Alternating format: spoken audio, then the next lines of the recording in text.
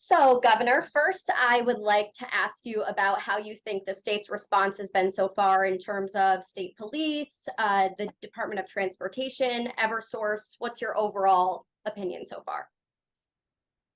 Hey, Lauren, this is not our first snowstorm. Unlike COVID, we've been to this rodeo, and our state police are out monitoring. Eversource had extra crews ready to go. There have been a couple thousand outages, especially up there in the northwest part of the state where the snow is heaviest.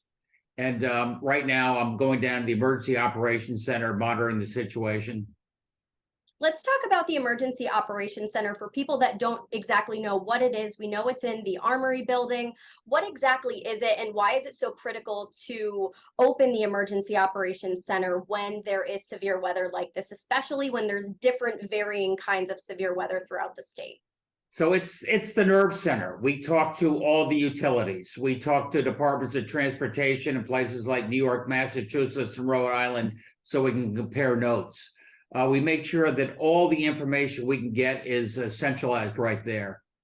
And when, because we have video of the Emergency Operations Center, who is involved in that? Because it's not just the governor's office. There's so many hands that go into the table at the Emergency Operations Center when it comes to making decisions for certain parts of the state and all different departments as well. So it's a big screen. You'll see all the different players like Zoom. Brenda Bergeron is sort of the ringleader and maintains this. She'll have Garrett Euclid from the Department of Transportation over there, maybe somebody from Public Health if there are any emergencies in and around a hospital, for example. And how proud does it make you that, you enact this Emergency Operations Center? Things have been going really well this morning, and, things are actually looking really good, given the fact that in some parts of the state they have over a foot of snow.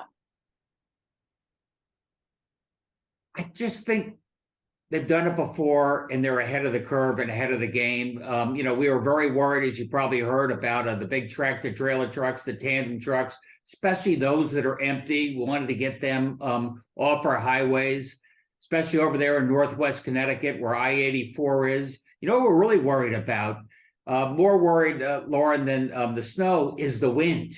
And these empty tractor trailers, they're like a big sail and they can blow over. So we're being very cautious there, as are our neighboring states.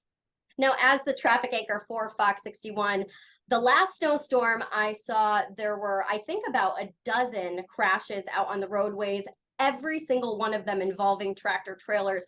So as the traffic anchor here at Fox, it's really great to see that today we have had minimal crashes out on the roadways. Many of those could have been from tractor trailers if they were out there. So what goes into exactly enacting a ban on, say, empty and tandem tractor trailers, like you said, because they do jackknife if the wind is involved, along with the slippery conditions?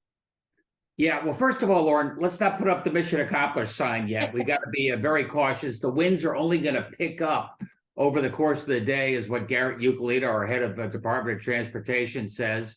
He makes that call. He makes the call working alongside New York and Massachusetts in particular, see if they're coming up with a lot of the same metrics we are. It's sort of interesting. Garrett just told me New York doesn't allow the trucks going across their big bridges. Why? Because the wind howls down the Hudson River and makes that a lot riskier crossing. Now, let's lastly talk about what you've been seeing is in terms of a response from DOT, Eversource. I think we still have, it's 11:15, we have about 6,500 power outages. What is your hopes in terms of getting those people's power turned back on?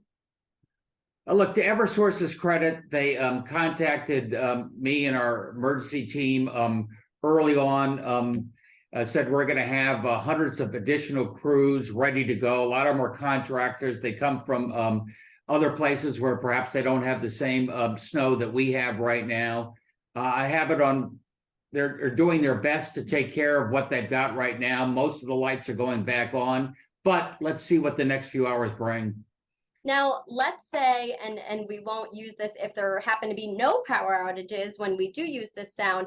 What is your message to people about having patience? Because the snow and it being wet snow with the wind, we're noticing, especially in the Northwest Hills, that there is heavy snow on power lines, and that heavy snow is sometimes hard to clear off. So, what is your message to people about being patient and really knowing that these crews are out there working in full force?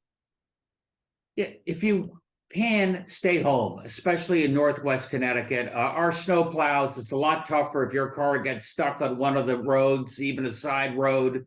That can really slow up the snow removal. It's a little bit risky with all the wind out there, trees coming down, power lines coming down.